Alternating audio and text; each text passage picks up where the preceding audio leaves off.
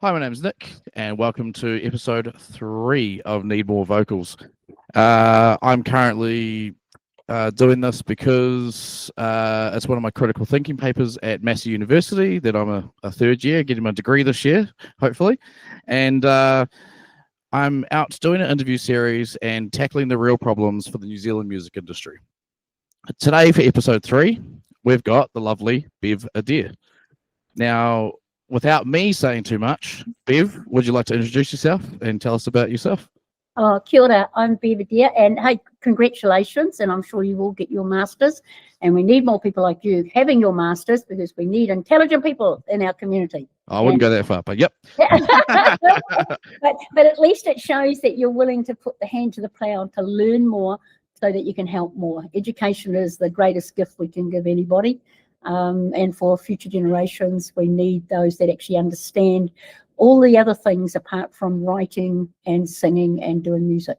Yes. You know, it helps. Yeah. Anyway, there's a lot more to it. Sorry, I'm Bev Adair. I've been in this industry for 30 years. Oh my goodness, seems like yesterday, to be honest.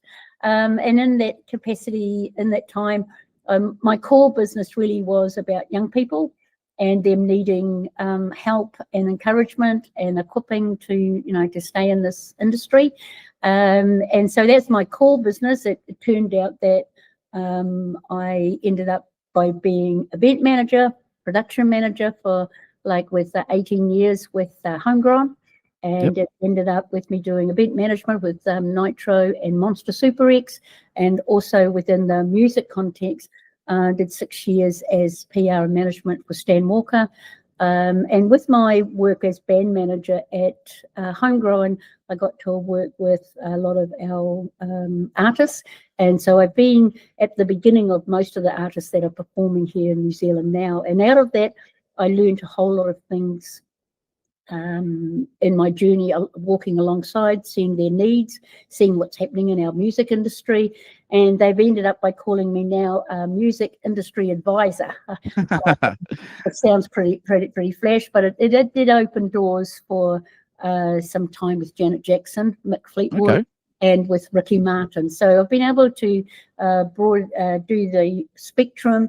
And in my world, it is music and hip hop. And I'm still a director for New Zealand for global hip hop in 20 countries that I still interact with and give advice to on those platforms, and work with Dr.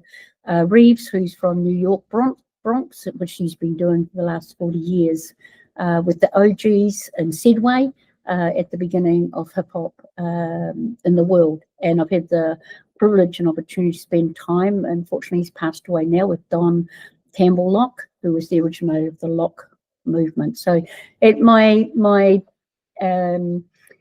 I guess my credentials in here is being hands-on working, both on street level and then also at international level, where I've had to work at an international level, which means that I had to really grow in my capacity of understanding music, the business itself, and then I've evolved into I have founded a program called Beyond the Studio, which for me is that all of our artists spend so much time on their music, and they spend a lot of time, creating their songs and evolving who they are as an artist. The problem is that we need to be a lot better at actually helping them to know what to do with all of that. They put all that energy. It's not a one-off. Music is a marathon, not a sprint. Yeah. And also, in today's landscape for media and for music releases, we are online. We are digital. We are the digital critical thinking around digital promotion is massive. And if you do not understand the critical thinking around what one must do now as an artist, from the concept of your song, concept of what you want to do, to you have 12 weeks core to make the most of that, to reach out on all these digital platforms and create your own tribe, create your own foundations for what you do. The things that used to work, even as much as in the last 5 years, even in the last 2 years, Yep. We're moving at such a fast pace when you consider we have 1 trillion hits on social per day. Yeah. How the heck are you going to get your voice heard if you do not understand critical thinking and then learning how to be very strategic on how and where you place what you're doing, and self-belief that, for me personally, you build your house, the people will come. Yep. You I would hate to compile. I would Mm. hate to compile your CV. So sorry about that. It is a little bit. It's a bit. I would hate to try and grab everything that you've done in the last however many years and put it all together on one piece of paper. That would be the hardest job out, I feel. I actually got a professional to do it, and she couldn't get it under 3 pages. So I said, just put it beving. Just call it beving. And so it's just beving. And actually, for me, what a young person needs, if I can be a bridge that they can walk across to reach their dream, that is the whole reason I do what I do. It's got nothing to do, it's not about me, it's actually about young people finding themselves, believing in themselves, and that they will still love music and still want to play when they're 80 and 90 years old and evolve into, and they're not just one-offs for me. I know I'm getting tired of touring in my 30s already. So, so what we've done is we've broken this down into problems. So there's 3 different problems that we're looking at. It was one big question, but we're going to break it down. And so there's 3 different problems that we're looking at. So the first problem we're looking at is, in your opinion, what do you think the biggest social or societal problem is in the New Zealand music industry currently? For me, I think our artists aren't listened to. Yep. By New Zealanders or around the world? I think it is around the world. I have to say, my world via Zoom is around the world. I'm in like 15 plus countries, so I hear it from Yugoslavia to Argentina to Germany to the States, and so you get it in Japan even. So you get but the same things keep coming back. The people who are controlling our music, or gatekeeping, I call them. Yep. They're shot callers and they're gatekeepers. And I think our biggest problem is gatekeepers. And if you peel it back a little bit, the people that are controlling it are controlling it through, I guess, what they want, what their money wants, and the people that they're attached, either politically or whatever. But I don't see anything in there that actually seriously is there for the artist to build and to be afied. That means to be encouraged. And it seems like, from my personal perspective, it seems like we have never had so much information on how to be an artist. Everywhere you look, somebody's telling you something. Everybody's got, man, you can do the how-tos and the blah-blahs from RNZ to NZ on air. Oh, my goodness, there's so much stuff out there that you can flip and pick up on Google, people. I'm just saying, just go to ChatGPT, go to an AI, there's some great AIs, just shove it in what you want to know. It'll tell you, and you'll learn more from that way than trotting along, and they just give you enough information. They don't give you the whole information. Oh, no, because that will stuff their jobs up, won't it? They've got to have a reason to have their jobs. And I mean that respectfully. I mean, please temper what I have to say, because I get quite angry about this.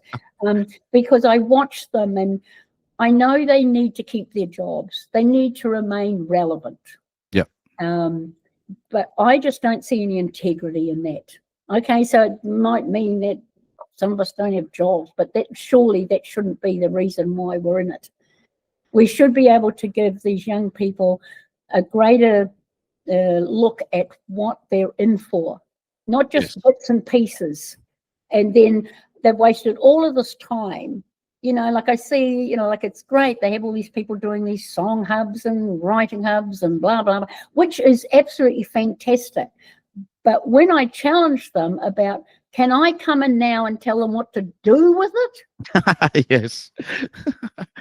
Yes, No, half of it is, they don't be wanting somebody like me. Apparently, I'm too controversial or I'm too whatever.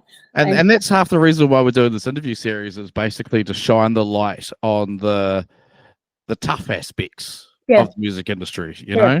Yeah. And segueing into that, Yeah. we're currently under a right-wing government that traditionally don't usually fund arts and things Yeah. like that.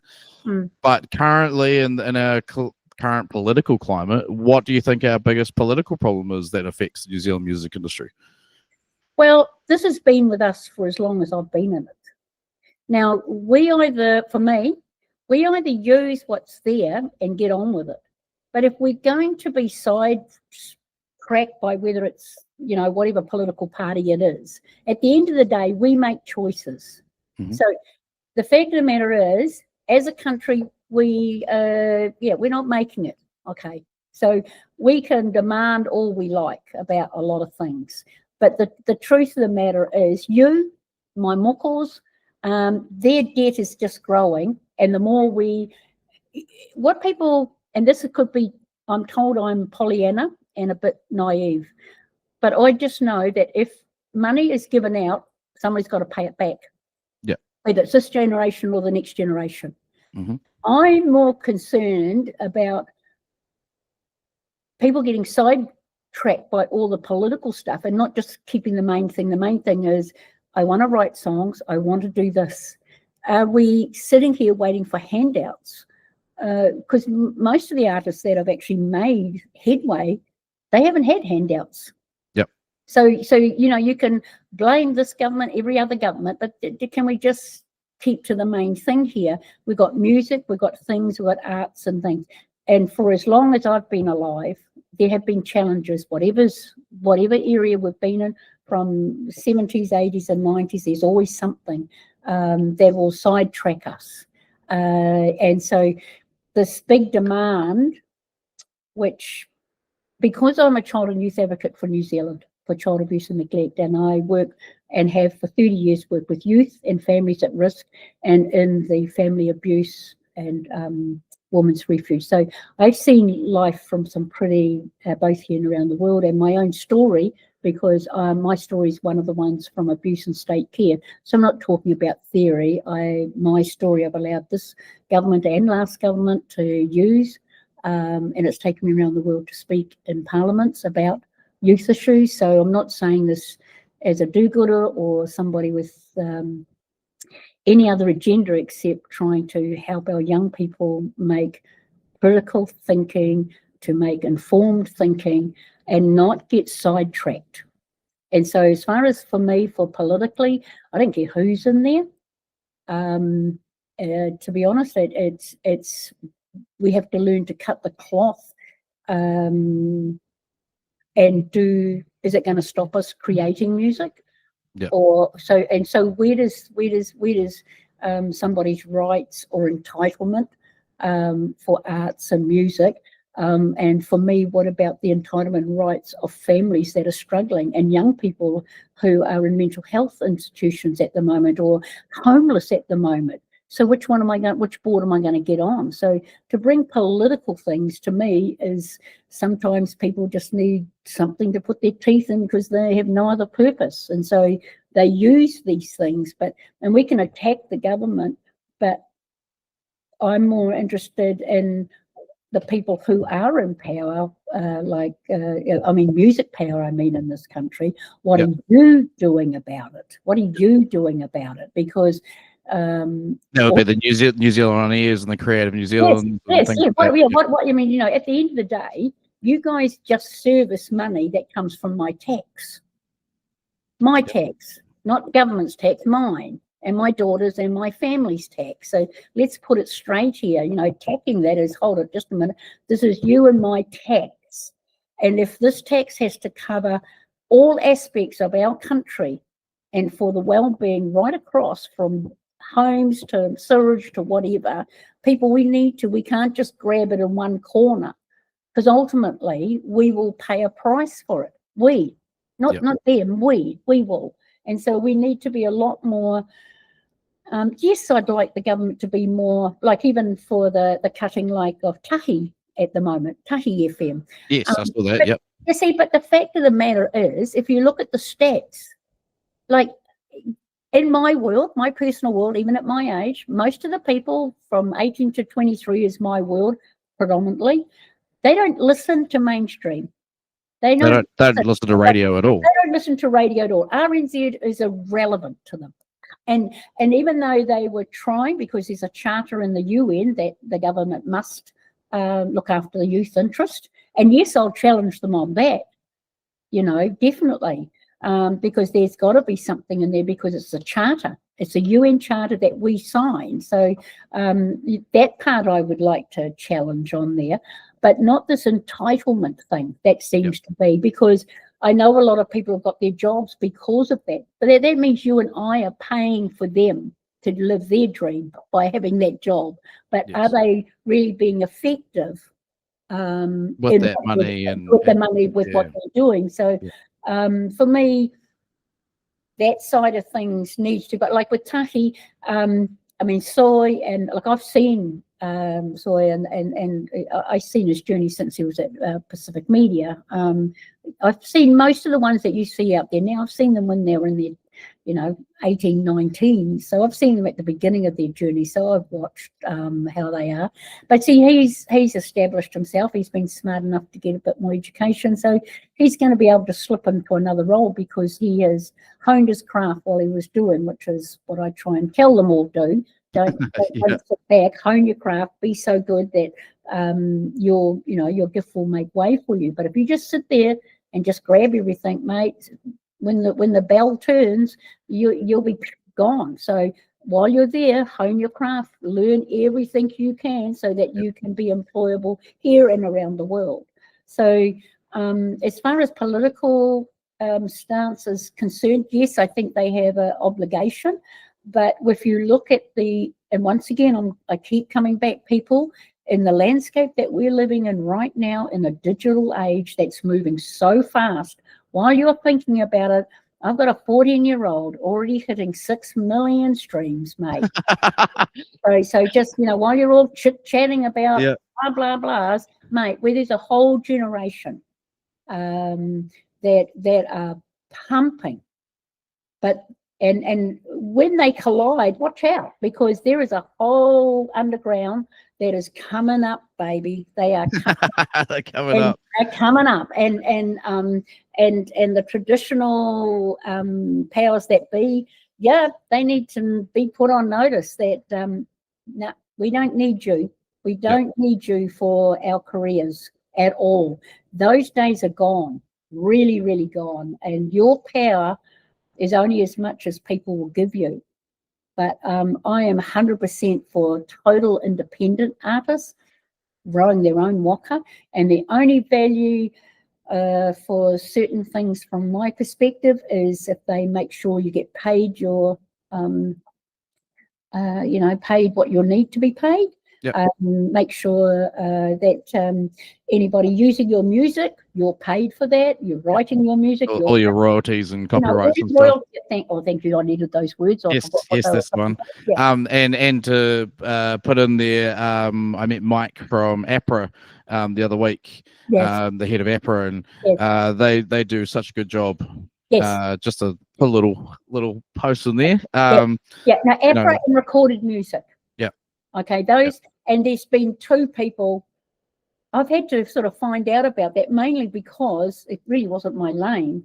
All of a sudden I ended up in that lane, mainly because certain things were happening with independent artists. I thought, I better find out exactly what happens and where all of this stuff happens, and like who's actually really doing the business. Because I'm like, who's doing the business? Like, are you really doing what you say you're doing? And and I think I think APRA and Recorded are really, really trying. And I say that recording, but then I've noticed that some distributors are becoming very, very good at finding the money for artists that have been artists a long time. Some of them have found money that the artist didn't even know was there. So, I mean, that is what recorded music, and this is my lay by the way, I'm a lay person. I'm not a professional in recorded music, because I think there's a lot in there that needs to be looked at, to be honest. When I say recorded music, I just mean it from the part of making sure that artists' money is covered. That's what I call the business side, and the APRA is the same, the business side, not the not the social side or anything like that. I just want the business side, that one artist will know they're getting everything they meant to, here and around the world, and also being given the information if they need to change something so they don't miss out on financial benefits for them. Which is a good segue into, what do you think the biggest economic problem is for the New Zealand music industry? Would it be those sort of copyright things, or is it because of our seclusion in the corner of the world? Is it it could be all of those, but the biggest thing right now is disposable income. Our biggest thing isn't actually that, because at the end of the day, APRA and Recorded, who are the people that find the monies and make sure you get paid, people have to buy it to make that actually work. And right now, the disposable income is shrinking fast as. It's not that we don't like music or love the music or want to support, but right now the major thing is actually putting kai on the table and paying your mortgage and your rent, and it's massive. And the rates that keep going up. Rates just going up. And so government, if we're going to get political about anything, mate, let's go and stop blaming everybody else. This is how the land is. No good Labor going, oh, now you've got to, oh, come on, you guys. You've all the last 10 years. Stop fucking navel gazing, you two. Just get off the planet and just, this is how it is. Labor, accept that you stuffed up stuff here, and it's all fine, well, giving everybody all this money. But, mate, now it's come home to roost, because it's got to all be paid back. And guess who's paying it back? You know what I mean? So that's the part. All of us will say yes to an extra $1 million. Come on, we're human. Of course we will. But when push comes to shove, when you have to start paying it back. So this whole Labor and blah, blah, blahs, and I hear them all going on about stuff, and it all sounds so lovely. The reality is, my daughter, who's, she's having to pay for it. And I say my daughter because this really gets her, because I'm watching her, watching my grandson, and they not many want to talk about that side, where your average good Kiwi who works 9 to 5, getting less money than they used to, but they want to be good people. They still do that. They pay their taxes. But those that are used to being given money, they don't know what to do. Now they have to work. All right. So if Queen Bev is made Queen of New Zealand and has a royal decree and can change anything without anyone arguing, what is the one problem that you'll change for the New Zealand music industry tomorrow if you got given all the power? If I was given all the power, that power, yes. One thing only. One thing only. I would like key members of every genre of music,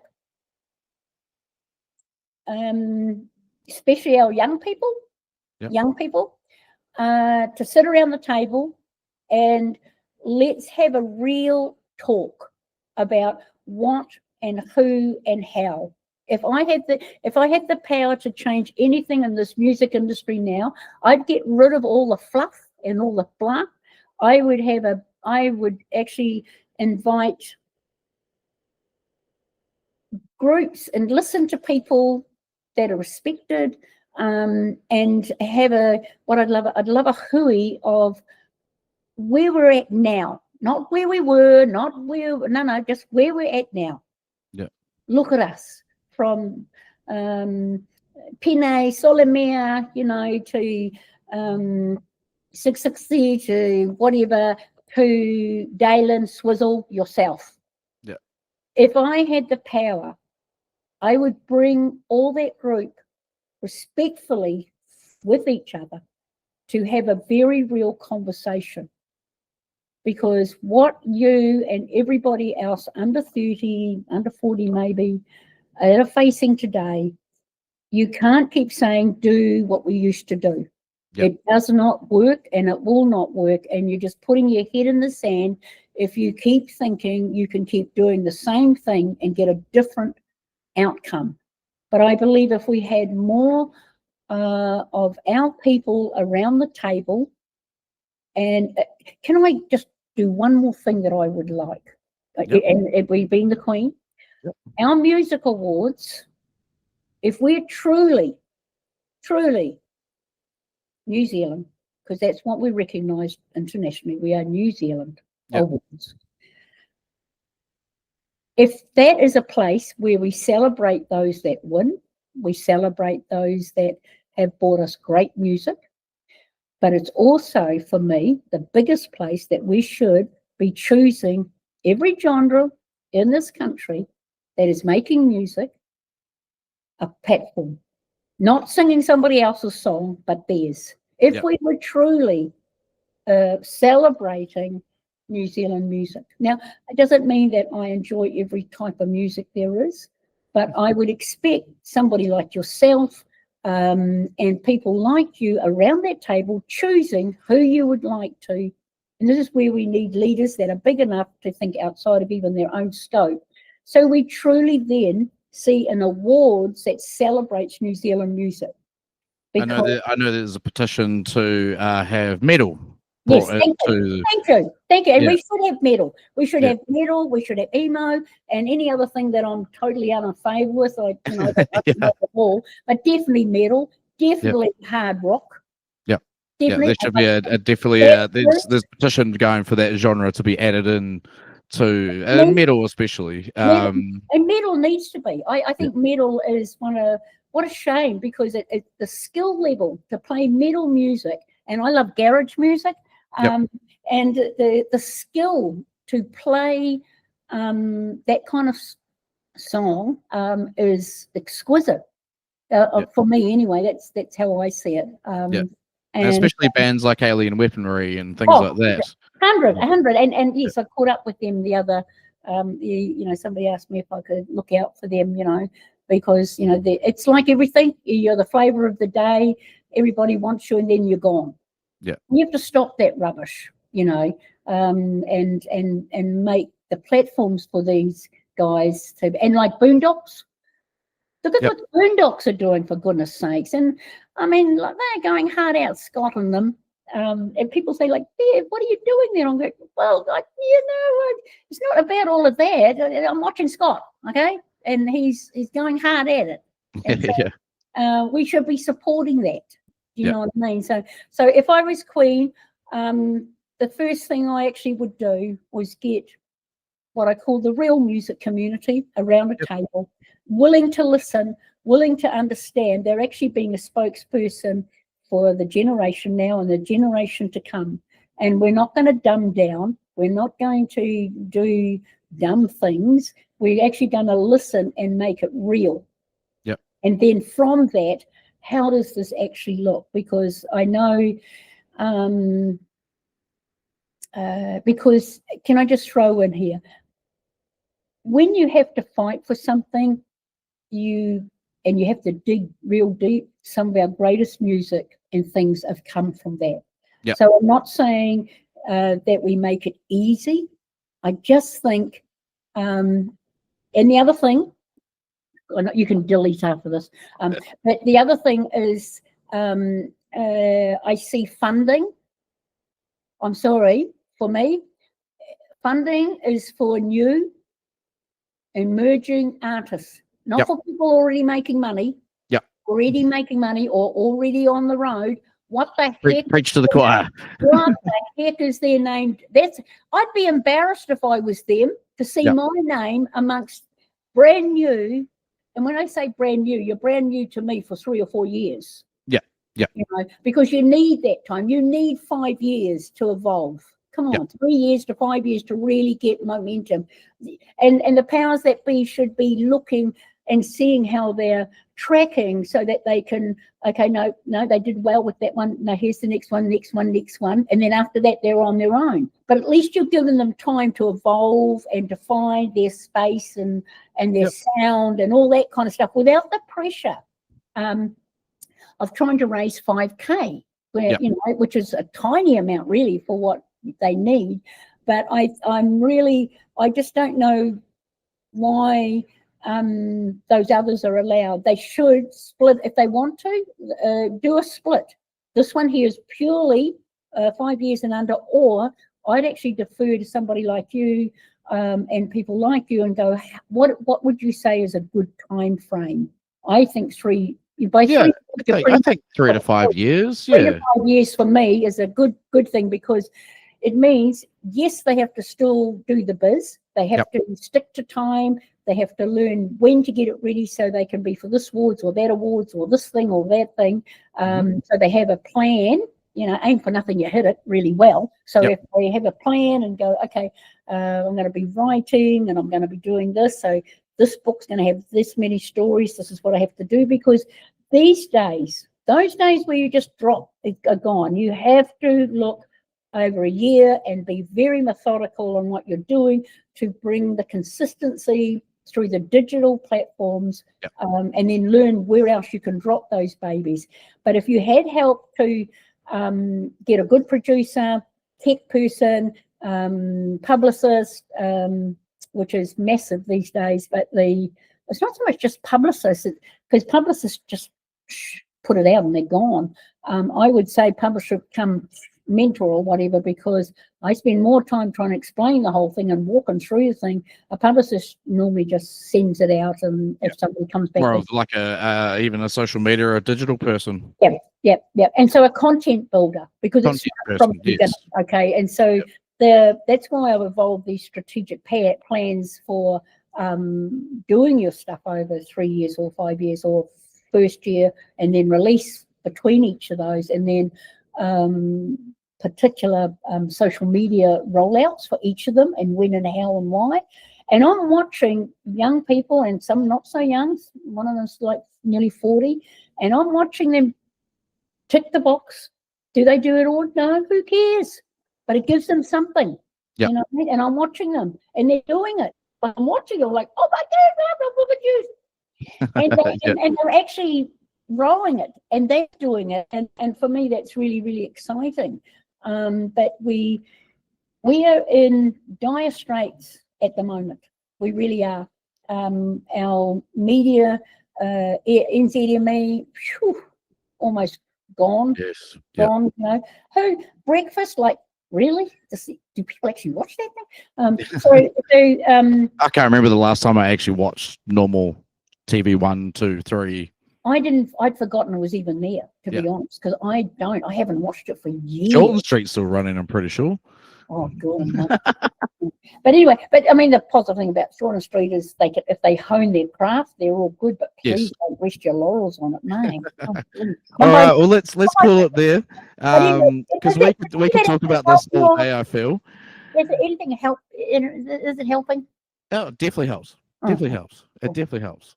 Well, let's call it a wrap there. I'd like to thank Bev for her time, because she, if you didn't know already, she is a very, very, very busy person, and just busy all the time. So thank you very much, Bev, for today, for lending your time, and hopefully someone watching gets to take a bit of advice, and hopefully someone at that New Zealand Music Awards, Aotearoa Music Awards, sets up that meeting for everyone. Oh God, yeah. Thank you. Look, thank you for asking me. It's honestly, it's such a privilege, and it's great talking to somebody who actually gets it. You really do, and it just always well for the future of music when you've got thinking people, creative people around that table. So yeah, I look forward to chatting to you again. Thanks. You, Bev. Thank you. All right, that's been episode 3. Tune in for episode 4, and we've got some cool people lined up. Thank you. Thanks, Bev. Thank you.